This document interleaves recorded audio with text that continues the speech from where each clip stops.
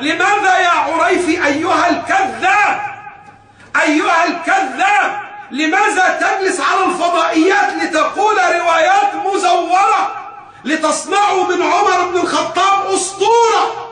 هو رجل المتهم الأول في اغتيال النبي، هو الذي أخذ الإسلام إلى طريق مختلف. سيدنا عبد الله بن عباس صدق عندما قال بوضوح: توشك أن تنزل علينا حجارة من السماء، نقول لكم قال رسول الله وتقولون قال أبو بكر وعمر. أبو بكر وعمر يا ناس يا جماعة يزيحون رسول الله، يزيحون رسول الله من مقامه، وهم الذين أزاحوا عليا.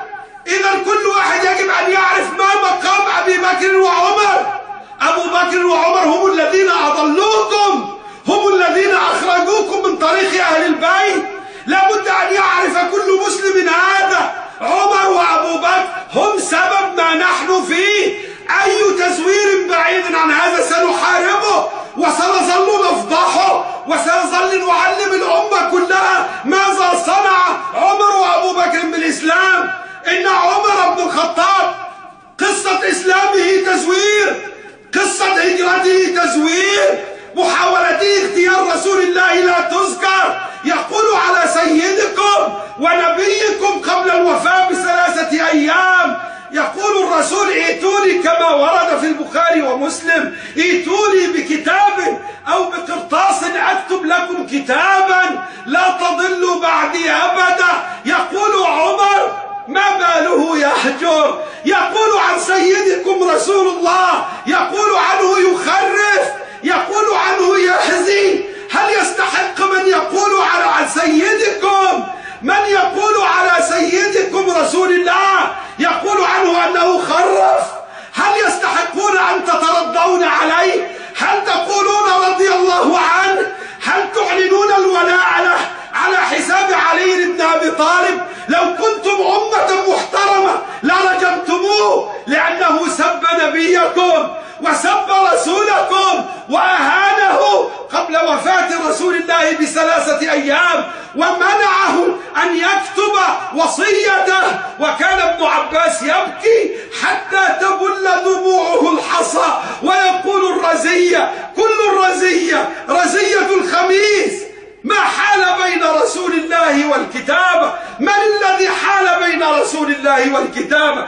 أليس عمر بن الخطاب؟ قولوها. هل ستقولون بعد أن تسمعوا هذا إن طارقا شيعي؟ إنني أعلن لكم إن التشيع هو الإسلام، وأن من لم يتشيع لعلي بن أبي طالب فهو من حزب عمر وأبي بكر ومعاوية بن أبي سفيان. هذا الحزب الذي جعل الأمة تنحرف. أن التشيع كان من زمن رسول الله، حيث كان بعض الصحابة إذا دخلت أسرة النبي وهم يتحدثون، كما نقل العباس بن عبد المطلب: لماذا أصحابك إذا دخلنا عليهم المسجد وهم يتكلمون يصمتون؟ لماذا؟ لأنهم كانوا يتآمرون على علي، لأنهم كانوا يتآمرون على آل محمد، وقد قرروا أن يبعدوا. لذلك فإن النبي قد حيل بينه وبين أن يكتب لعلي الوصية كتابة بعد أن أعلنها في غدير خم. ولا يركبن أحدكم أن الصحابة كيف يفعلون. الصحابة كما قلت لكم لا تفيد مدحا أو ذما. سيقول أحدهم: الله يقول والسابقون الأولون من المهاجرين والأنصار.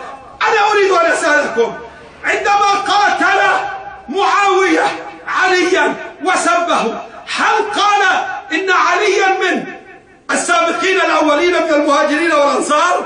عندما عثمان بن عفان كان الصحابة يحاصرون بيته ويريدون قتله، هل أحد قال إنه من السابقين الأولين من المهاجرين والأنصار؟ لا، إن أحدا لا يستخدمها إلا حين تكون القضية ستكون في صالح علي. علي يسب فلا يذكر السابقون الأولون، علي يقاتل فلا يقال السابقون الأولون. طب أنا أسألكم يا بتوع السابقين الأولين، لماذا قعد عبد الله بن عمر وهو من المهاجرين؟ ولماذا قعد سعد بن أبي وقاص وهو من المهاجرين؟ ولماذا قعد محمد بن مسلمة لماذا وأسامة بن زيد لماذا وهم المهاجرين والأنصار لماذا لم يدعموا علي بن أبي طالب؟ لماذا؟ وهو من السابقين الأولين ورضي الله عنهم ورضوا عنه، يعني علي رضي الله عنه وهو رضي عن الله.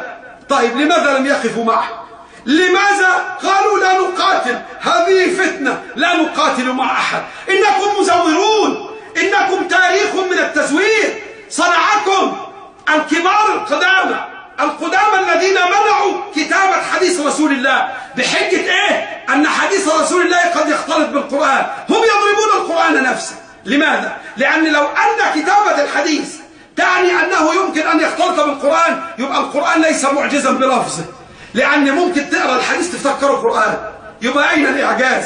إنكم تدخلون من خبال إلى ضلال إلى نفاق. عودوا إلى ربكم، عودوا إلى ربكم وبايعوا عليا وتشيعوا له وقولوا نحن شيعة علي.